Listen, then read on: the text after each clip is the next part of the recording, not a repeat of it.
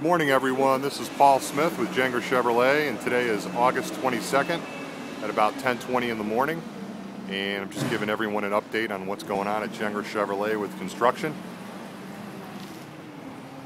Today they are tearing apart the showroom.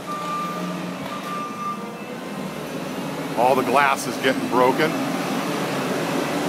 picking up all the debris.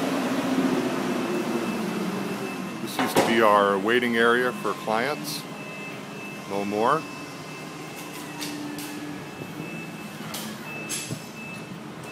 As you can see, we've broken a lot of pane here.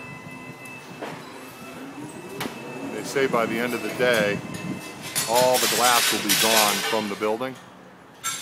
And then tomorrow, will be taken out. It holds the glass together.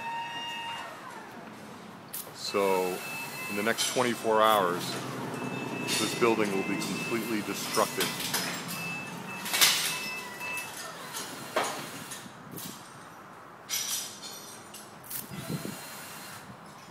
That's my update for today, and hope everyone has a wonderful day.